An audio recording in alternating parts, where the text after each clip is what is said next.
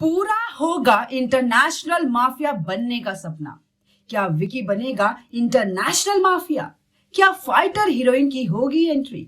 जैसे कि हम सभी ने लास्ट वीडियो में देखा था कि विकी जो एक छोटे से शहर से आया था, लेकिन मुंबई जैसे बड़े शहर में उसे सिर्फ डिसअपॉइंटमेंट मिली थी। तब तकदीर उसे एक अलग ही मौका देती है अपनी किस्मत को बदलने का। जहां विकी अब सिर्फ मुंबई नहीं बल्कि पूरे देश में अपना सिक्का जमाने में कामयाब हो गया था। लेकिन अगर हम कुछ मांगे और वो हमें आसानी से मिल जाए तो जिंदगी से हमारी उम्मीदें और भी बढ़ जाती है, और ऐसा ही कुछ विक्की के साथ भी हो रहा था।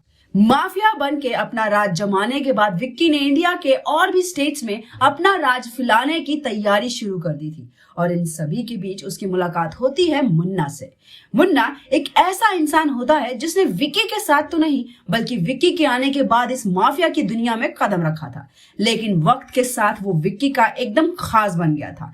जहां विक्की मुन्ना के बिना अपना कोई डिसीजन नहीं ले सकता था, और इंडिया में उसकी गैंग के एक्सपांशन में भी मुन्ना का बहुत बड़ा हाथ था। विक्की धीरे धीरे अपने सपनों की सीढ़ी चढ़े जा रहा था, लेकिन अब वो सिर्फ इंडिया में ही नहीं, अब उसकी चाहत की लिस्ट में शामिल हो गया था इंटरनेशनल माफिया के बिजनेस में घुसना।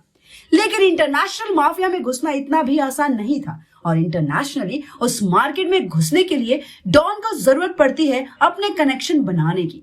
जहां उसके इस काम को परफेक्टली करने के लिए सबसे पहला नाम आता है सोफिया का।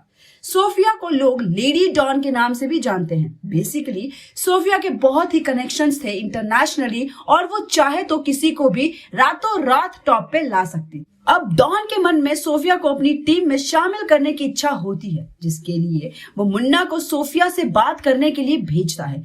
लेकिन सोफिया साफ मना कर देती है और कहती है जो मुझे चाहता है उससे पहले मुझसे जीतना होगा, और सोफिया डॉन को दे देती है चुनौती फाइटिंग के लिए।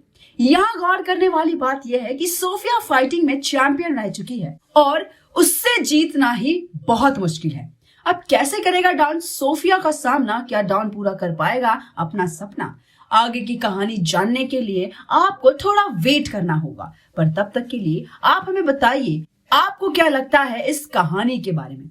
आप अपने थॉट्स हमें कमेंट सेक्शन में जरूर बताएं।